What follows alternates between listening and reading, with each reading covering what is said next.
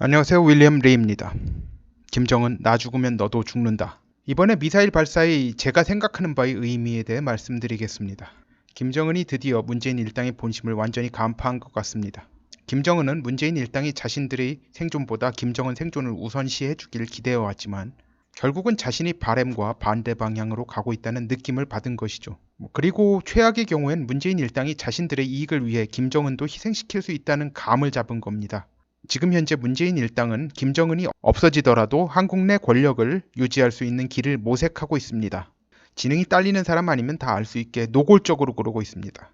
물론 문재인 일당은 김정은 체제가 무너지지 않도록 최선을 다하고 있습니다. 그러나 문재인 일당 자기들 한국 내 권력을 위태롭지 않게 하는 범위로 그 노력을 한정하고 있습니다. 거기에 덧붙여 문재인 일당이 이해관계에서 북한이 미국에 접수되는 상황이 불가피하다면 북한이 완전 가루가 되어서 북한 내에 있는 문재인 일당에 대해 불리한 증언을 할 수 있는 증인과 증거들이 말살되길 바란다고 해도 전혀 이상한 일이 아닙니다. 이래서 김정은은 문재인 일당에게 경고를 보낼 수밖에 없습니다. 내 목숨을 니네들 목숨보다 더 소중하게 여겨. 안 그러면 니네 나와 같이 죽는 거야 라고 말이죠. 이게 이제 이번에 미사일을 갖다 발사했죠. 이게 한 200km였는데 호도반도에서. 그런데 이걸 갖다 그대로 반경을 갖다 연결하면 이제 서울하고 이 반경하고 거의 비슷하다고 합니다. 이 부분은 장호석 소령님이 이제 지적하셨고 다른 분들도 좀 지적하시는 분들이 많은 것 같더라고요. 발사를 전후해서 문재인 측에 메시지를 전달했을 거고 미국도 이미 이에 대해 알고 있는 것 같습니다. 제가 요즘 말씀드린 건데 북한 고위층과 문재인 일당 수뇌부 비밀 정보들이 술술 트럼프에게 새어나가고 있다고 말씀드린 바 있습니다. 특히 문재인 일당들은 정보 보안이라는 측면에 많이 허술해서 상당한 정보가 저에게도 그냥 막 흘러 들어오는 정도니 말 다 했죠. 이게 남들 구린 정보들을 아주 잘 모아요, 진짜. 근데 지네들 정보가 밖으로 새어나간 것은 제대로 관리가 안 되는 것 같습니다. 트럼프 입장에서 지금까지 자신의 판단이 전적으로 옳았음을 확인한 거니 특별히 논평을 달 필요가 없습니다. 표정 관리가 잘 안 되면 어떻게 하나 하는 게 오히려 고민일 겁니다. 그러니 서둘러 논평을 발표하지 않고 주말을 넘기게 될 것 같습니다. 여기 한 가지 더 붙이자면 이 미사일 발사는 4월 24일 평택 미군 기지에 있었던 사드 훈련에 대한 반응일 수도 있습니다. 이거였죠. 참고로 주한미군 측은 모의탄 훈련이라고 했지만 상당히 심상치 않은 건 사실입니다. 모의탄 훈련이라는 게 좀 의아하기도 하고요. 사드가 현재 배치된 곳은 경남 상주인데 정작 훈련은 경기도 평택에서 했습니다.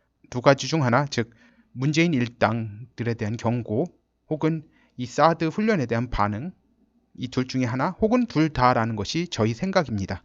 자, 이것만 하면 좀 싱거워서 베네수엘라 사태 문제, 미중 무역 협상에 대해 간략히 말씀드리겠습니다.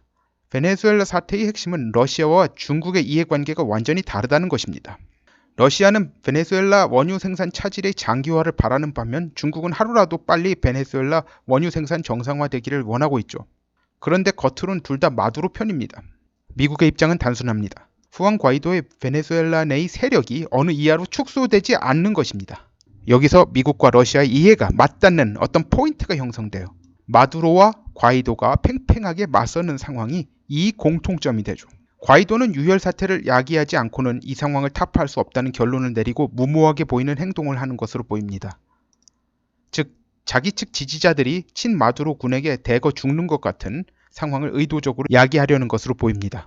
어차피 자기가 체포된다든지 국외로 도망가는 상황은 미국이 막아줄 것이라는 계산이겠죠. 현재 친마두로 병력은 정규 병력과 민병대 합해서 300만 명입니다. 그러므로 미군이 개입하지 않으면 마두로 축출이 쉽지 않습니다. 그런데 미국은 베네수엘라 사태에 미군이 개입하는 것을 그리 달가워하지 않고 있습니다. 그래서 현재 미군은 개입하지 않고 CIA가 개입해서 과이도 측 민병대에게 무기를 공급하고 훈련을 시키는 것으로 보입니다. 과이도는 미군이 개입할 수밖에 없는 상황을 만들려고 애를 쓰는 것으로 보입니다. 이런 상황에서 중국 입장은 정말 난감하게 되었죠. 베네수엘라에서 초경질유를 어느 정도 공급받을 수만 있으면 이란 초경질유 도입 불가에 의한 쇼크를 어느 정도 감소시킬 수 있다는 절박감도 있습니다. 베네수엘라에 돈을 박아놓은 게 있으니 말이죠. 문제는 중국이 베네수엘라에 박아놓은 돈을 100% 회수하려면 마두로가 과이도를 축출해야 가능한데 현재로 봐선 그건 미국이 막으려는 상황이라는 점이 상당히 큰 어려움으로 작용합니다. 그리고 미중 무역 협상 끝날 듯 안 끝나고 있습니다. 얼마 전에 블룸버그에서 중국이 미국의 요구를 전면 수용하는 선에서 끝날 것이라고 보도했는데 이란 원유 금수 문제까지 겹쳐서 장기화될 수 있는 교착 상황에 빠진 거 아니냐는 다른 보도도 나오고 있습니다. 금수전에 하루당 이란 원유를 가장 많이 수입한 국가가 중국이죠. 그 다음이 한국이고요. 지금 상황은 중국이 숨 넘어가지 않는 수준으로 간신히 유지되는 것 같습니다. 그런데 숨이 넘어가는 건 아니니 협상이 장기화되면서 나름 그럭저럭 상황에 적응하는 것 같다는 이야기도 나옵니다. 그러나 중국에서 얼마 안 되지만 그래도 나름 형성되어 오던 중산층에게 엄청난 타격이 옴으로 해서 중장기적으로는 사회 불안 요소로 작용할 수밖에 없습니다. 중국 역사를 보면 가뭄 등으로 야기된 불경기로 인한 실업자의 대폭 증가가 사회적 불안을 야기하고 결국은 왕조의 몰락으로 연결된 사례가 적지 않습니다. 제가 예전에 한번 소개했던 베이징에 거주하는 한인 사업가의 유튜브 영상을 보면 그분은 본인 사업 문제 때문이라도 미중 무역협정이 빨리 타결되길 간절히 바라시는 것이 절절히 느껴지는데 지금 상황에서 대부분 합의에 이르러도 극히 일부에서라도 이제 이견이 있으면요. 미국 입장에선 굳이 합의에 이를 필요가 없다는 점에 대해서는 간과하시는 것 같더라고요. 한국의 금융기관에 있는 사람들도 대부분 이런 태도인 것 같은데 미중 무역협정은 당장 다음 주라도 타결될 수도 있고 올해를 넘길 수도 있고 어찌 될지 도저히 알 수 없다는 것이 저희 생각입니다.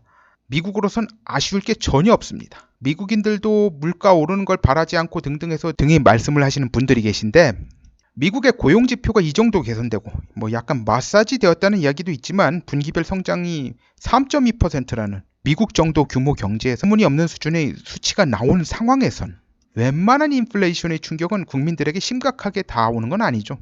그리고 중국에서 미국 수출이 그리 줄지도 않았어요. 중국 회사들이 인상된 관세만큼의 비용을 쥐어짜 절감하며 간신히 버티면서 가는 중이라 미국 내 상품 가격 상승은 그닥 있지 않습니다.